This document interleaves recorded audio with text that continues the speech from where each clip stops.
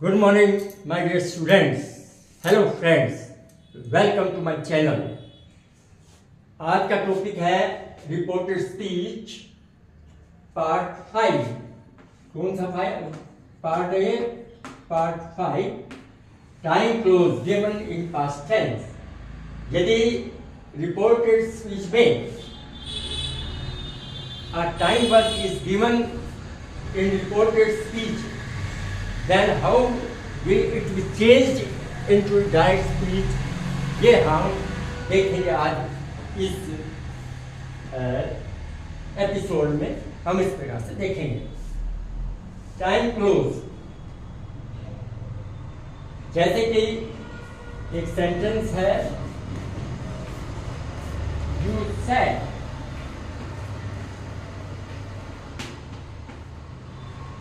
the boy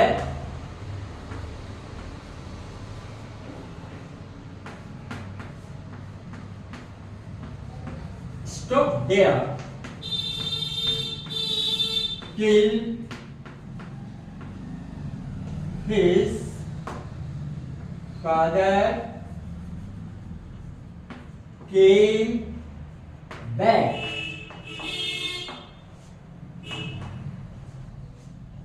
Reporting verb, reported speech.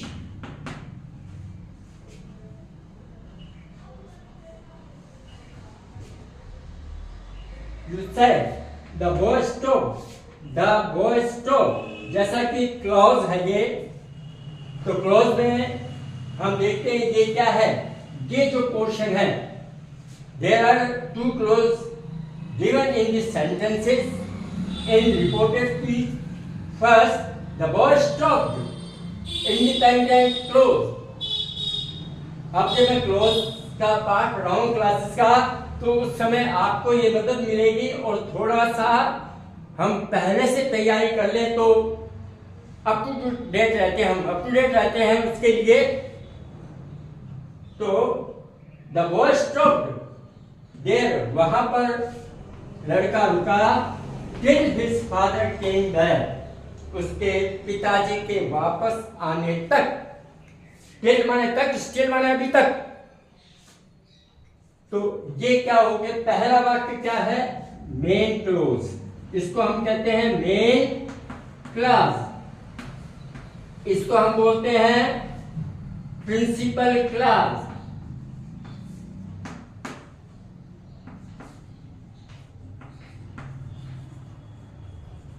Principal class और independent class.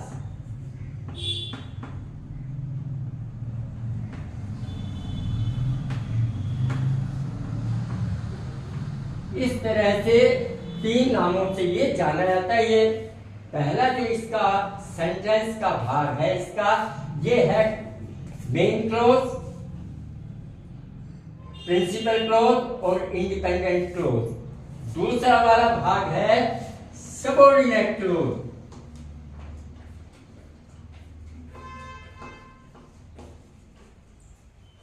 Subordinate close या dependent clause, ये भी बोलते हैं इसको। डिपेंडेंट क्लोज भी कहते हैं इसको। और अब जैसा कि हम टाइम क्लोज ले रहे हैं, टाइम क्लोज में द बॉय स्टॉप्ड, ये तो होगी मेन क्लोज, और डिपेंडेंट क्लोज होगी subordinate close. Till his father came back, उसके पिताजी के आने तक, उसके पिताजी के आने के समय तक वो वहीं रुका रहा लड़का। तो इसमें क्या है? समय है, समय प्रधान वाक्य है, इसलिए हम इसको कहेंगे verb in time close. Verb in time clause and main verb. If a verb in time clause is given in reported speech, rule number 1, and both are given in past tense, दोनों past tense में दिया stop का stopped, और इसका came back, came past tense, simple past tense या past indefinite tense. Past indefinite tense भी कह सकते हैं और सिंपल पास्ट भी कह देते हैं इसको। तो यदि इस प्रकार से हमने देखा वाक्य में टाइम क्लोज है, जैसा कि हमारा टॉपिक चल रहा है, और मेन क्लोज है और verb in A time close the गई है। Verb in A time close है टिल ही केम बैक। ये टीम जो है ये वर्ब इन टाइम क्लोज है और ये है मेन वर्ब। दोनों पास्ट इंडेफिनिट टेंस में दी है, सिंपल पास्ट में दी है, तो हम इसके टेंस को चेंज नहीं करेंगे। When we are going to change a reported speech, a direct speech into that speech, the tense of the reported speech must not be changed. इसको बदलने की आवश्यकता नहीं है, जो का त्यों रखेंगे। हम यदि टाइम क्लोज दी हो, दोनों पास्ट टेंस में हो, दोनों क्लोज पास्ट टेंस में हो और time verb in time close हो, तो हम इसमें कोई टेंस करें, जैसे चेंज नहीं करें, जैसे यू सेड।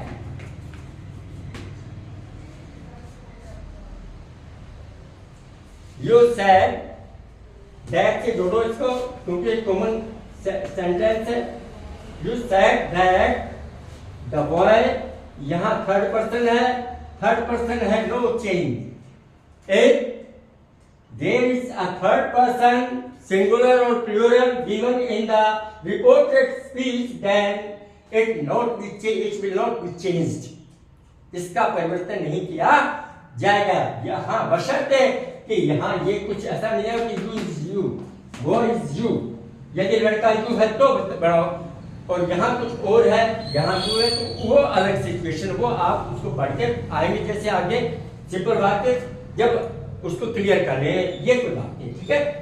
तो you said that the boy, third person no change, that the boy no change stopped saying, stop there, वहां रुका रहा वो, till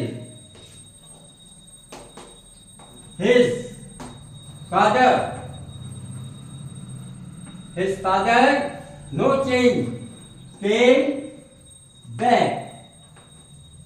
ये इस प्रकार से इस वाक्य को इंडायरेक्ट स्पीच में हम ले जाएंगे। इसमें कोई परिवर्तन नहीं होगा, यूं का वाक्य होगा, केवल आप कंजक्शन ले आएंगे दैट, और सब्जेक्ट प्रोनाउन वगैरह दिए हैं, वो जो आपको नियम बताया है उसके अनुसार उसको चेंज करते रहेंगे।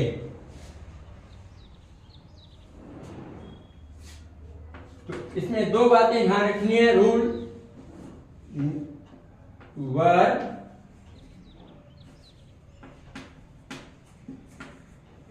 In time close, verb in time close दिया हो तो ये ध्यान रखना आपको। पहला रूल क्या है, वर्ब इन टाइम क्लोज हो तो ही, नहीं तो चेंज करेंगे हम। एडवर्बियल क्लोज हो या नाउन क्लोज हो, जो भी क्लोज होगी तो हम उसको देख लेंगे। एडजेक्टिव क्लोज हो, एडवर्बियल क्लोज हो, जो भी हो वो बाद में पढ़ेंगे तो पता लग जाएगा, लेकिन अब जैसे जैसे आते हैं वैसे क्लियर कर देते हैं थोड़ा सा। दूसरा, मेन वर्ब, मेन वर्ब का ध्यान रखो। वर्ब इन टाइम क्लोज हो, टाइम दिया हो और मेन वर्ब हो, तो हम किसमें दैट में उसको परिवर्तन कनेक्टिव बनाते हो, उसका वाक्य का रचना हो तो उसको इस प्रकार से।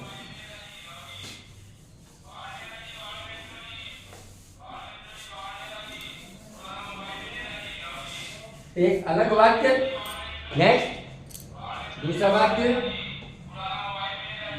she said,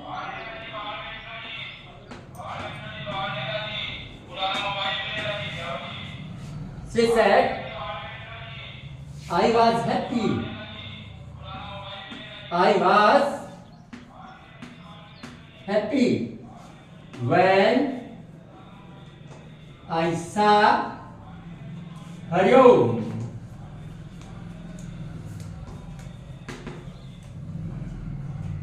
To stop inverted commas closed. she said, उसने कहा I was happy when I saw Hariom. ये कौन सा क्लोज है? इंडिपेंडेंट क्लोज, पूरा अर्थ देता है।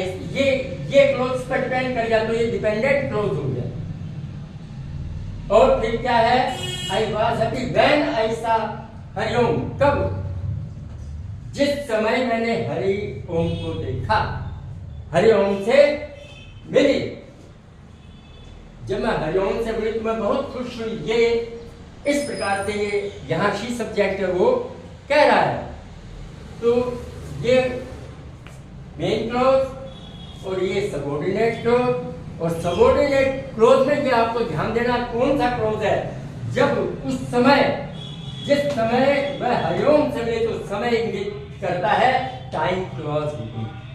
टाइम क्लोज है तो हम इसको देखें। अब इसका नियम तो हमने देखा, जो सबऑर्डिनेट मेन क्लोज है उसमें इज का पास्ट टेंस ऑफ वाज यानी पास्ट इंडेफिनिट टेंस है। Second form of verb is, was were, had been, been, is, was, been. Been third form होते इसके लिए, was, been, is, are, were, been. There are three forms of the verb, present, past participle, is, been, be, was, been. तो ये second form है, इसका past tense है। इधर सी का पास्ट टेंस आ गया हमारे साथ, ये भी पास्ट टेंस में चला गया। Second form of verb, past indefinite tense, simple past. Therefore the tense of the both clauses will not be changed, इनको हम चेंज नहीं करेंगे। ये क्योंकि टाइम क्लोज में ऐसा नियम आपको बताया है, ध्यान रखो। ये कंपटीशन अगर एग्जाम में पूछ लिए जाते हैं टाइम क्लोज के, एडवर्बियल क्लोज के, तो ध्यान रखिए। तो वही जो नियम हमारा रूल्स के हिसाब से, सी सेड, अगर सी सेड टू मी होता तो सी टोल्ड मी आ जाता। Object is not given that for speech, therefore we use said in place of told. तो see said as usual, see said, हाँ कंजंक्शन दैट। अब first person है तो reported speech, reporting verb के subject के पास जाइए, उसको चेंज कर दीजिए शी। अगर यहाँ बी होता तो थोड़ा ध्यान रखो, यदि बी होता तो हम वो भी इसी के अनुसार चेंज करेंगे। Subject of the reporting verb के अनुसार चेंज होगा, वो भी बी है, फर्स्ट पर्सन है, लेकिन आएगा बहुवचन बी हो गया तो हम यहाँ शी नहीं लाएंगे। जैसे दैट शी नहीं लाएंगे, क्या लाएंगे हम यहाँ? थर्ड पर्सन में तो ले जाएंगे अकॉर्डिंग टू द रूल। हम यहाँ क्या ले आएंगे? दे ले आएंगे। क्या ले आएंगे? बी होता तो दे ले आएंगे। ये ध्यान रखो आप, थोड़ा बदल में इस प्रकार से इसको चेंज करने में ये ध्यान रखिए। तो इस फिलहाल शी सेड दैट शी, यो का यो, नो चेंज, क्योंकि दोनों पास्ट टेंस में, सिंपल पास्ट में, शी वाज हैप्पी when, फिर शी, क्योंकि इसके अनुसार जाएंगे जो भी है, when she saw no change,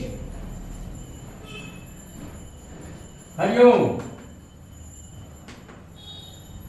इस प्रकार से ये टाइम क्लोज दिया है, तो इस प्रकार से वाक्यों को हमें चेंज करना है। दो नियम बताए हैं इसमें, एक तो ये यदि वाक्यों को पहचानो, क्लोज टाइम क्लोज हो, उसने दोनों पास्ट टेंस में दिए हो तो उनमें टेंस का परिवर्तन नहीं करना है इनडायरेक्ट स्पीच बनाते समय, लेकिन सब्जेक्ट और ऑब्जेक्ट प्रोनाउन दिए हो तो उसको अकॉर्डिंग टू तो रिपोर्टिंग वर्ब आप चेंज करेंगे और इस प्रकार से वाक्य का। तो ये था पहला नियम, first rule of time close. Next जो दूसरे सेंटेंस आ सकते हैं आपके इसमें, ध्यान रखो। सरिता said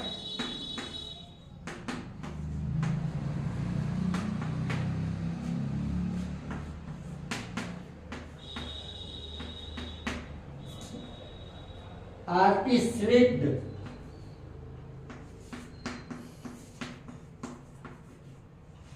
Sarita said, Aarti slipped when she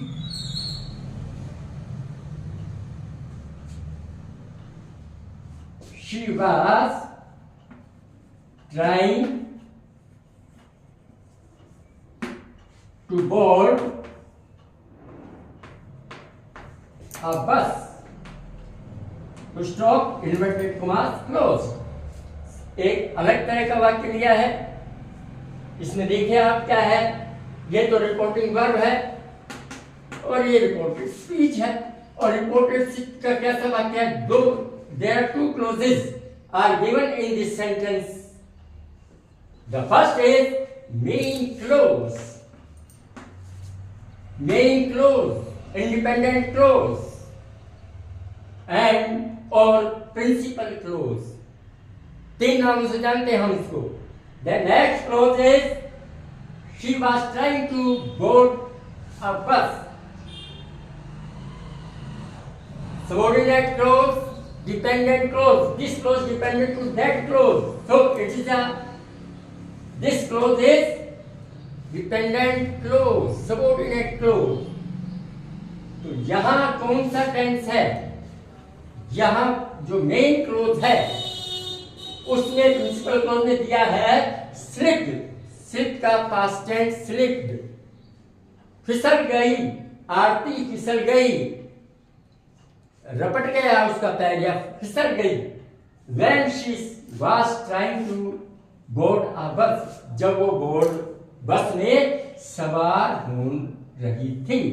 Past continuous tense was were ing. I was teaching you yesterday at this time. She was doing her homework. They were going to school. They are related to the past continuous tense was वरांजी Hindi में रहा था रहे थे। इस प्रकार से वाक्य आते हैं तो वो पास्ट कंटिन्यूअस टेंस होता है। और यहाँ पर सेम वो टेंस है, कौन सा? Simple past, second form of verb, past indefinite tense. तो ऐसे यदि वाक्य आ जाते हैं तो उनका नियम क्या है? जो पहला मेन वर्ब में जो पास्ट इंडेफिनिट टेंस है, सिंपल पास्ट है, that tense, that portion of the reported speech must be changed, had plus third form into past perfect tense. It will be changed into past perfect tense.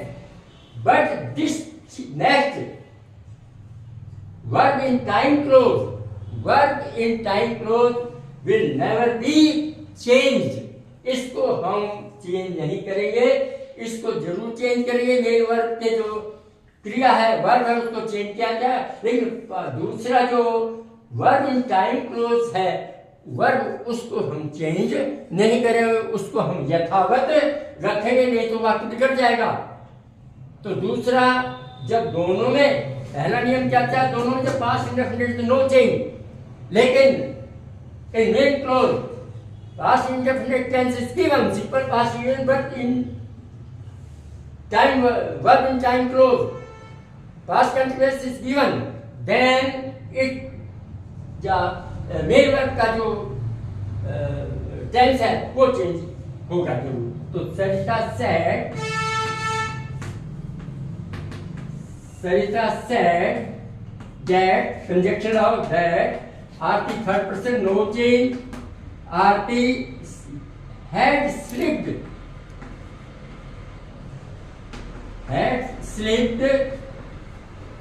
when she was trying to board a bus. When she was trying to board a bus. ये आपके the second type of time close, verb in time close का जो नियम है वो बता दिया आपको। एक अलग वाक्य ले लेते हैं इसमें। Second, he said Mohan met an accident while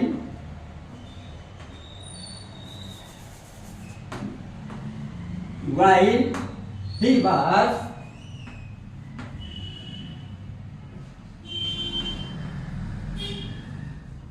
crossing the road. कब?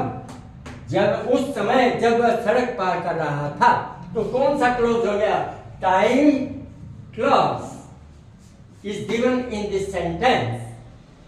इसमें देखो, जब डायरेक्ट स्पीच में हमें पढ़ने पर ज्ञान होता है कि इसमें दो क्लोज है. एक क्लोज तो मेन क्लोज है और एक डिपेंडेंट क्लोज है, एक इंडिपेंडेंट क्लोज है. ऐसी स्थिति में यदि पहला जो क्लोज है मेन क्लोज, उसमें यदि पास्ट टेंस आ जाता है, सिंपल पास्ट आ जाता है, दूसरे में वाज वर आईएनजी हो, जैसे कि ये she was crossing, he was crossing, past continuous कर रहा था, सड़क पार, एक्सीडेंट हो गया. तो ऐसी स्थिति में आपको बताया कि दोनों को सेम नहीं रखना है. दोनों सिंपल पास्ट वाले सेम रख देते इंडायरेक्ट स्पीच में, लेकिन अब इंडायरेक्ट स्पीच में सेम नहीं रखना.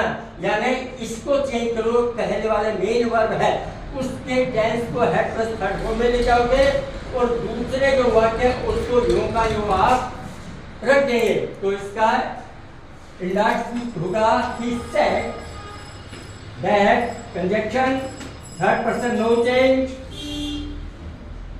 Mohan had met an accident while he was crossing the road. ये इसका सेकंड नियम. इस प्रकार के वाक्यों में एक थर्ड नियम भी है. किसी बात की हो सकती है.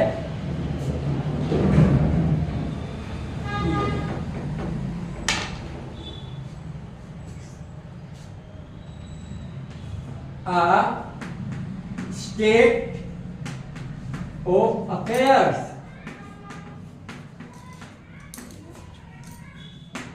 Still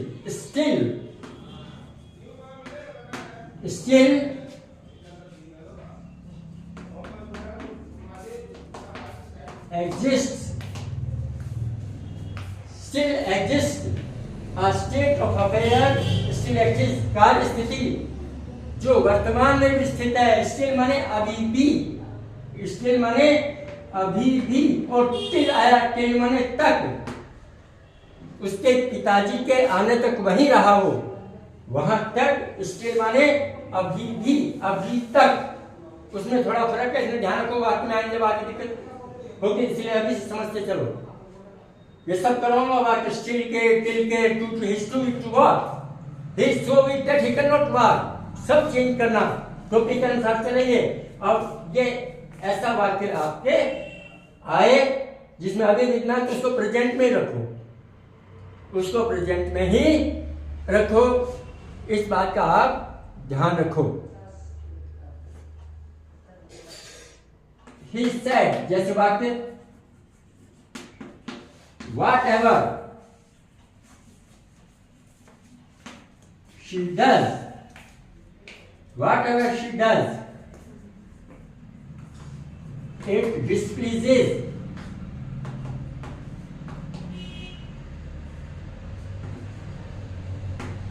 his father.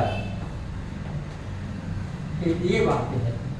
ये कार्य की स्थिति क्या है? व्हाट एवर शी डज, जो कुछ करते हैं उससे उसके पिता नाराज होते हैं. इसमें वो नाराज कर देता है, डिस्प्लीज कर देता है उसके पिताजी को. तो इसमें क्या है? एग्जिस्ट, ये चीज अभी तक अस्तित्व में है.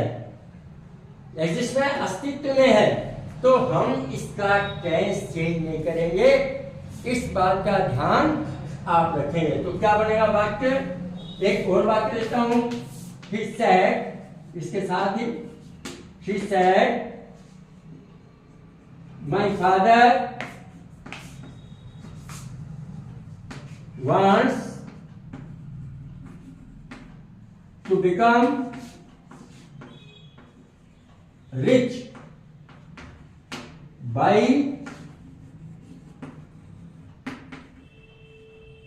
winning, W-I-N-N-I-N-G, W-I-N-N-I-N-G, winning a lottery। दो वाक्य है ये। इस प्रकार से ये स्टेट ऑफ अवेयर्स स्टिल एग्जिस्ट को प्रकट करते हैं, ठीक है। तो he said what ever she does, तो हम क्या करेंगे, शी सेड दैट।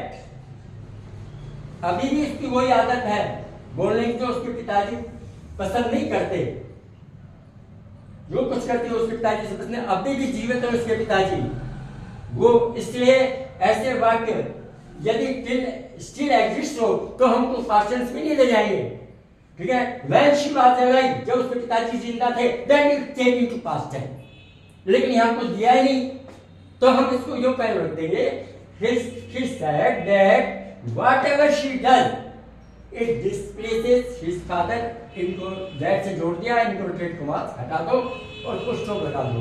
इसी तरह से एक दूसरा this one is his said, उसने कहा हिज फादर, इसको चेंज कर देंगे हम जिसकी जगह, क्योंकि माय फर्स्ट पर्सन का प्रोनाउन है तो इसको इसका मतलब थर्ड पर्सन का प्रोनाउन कर देंगे।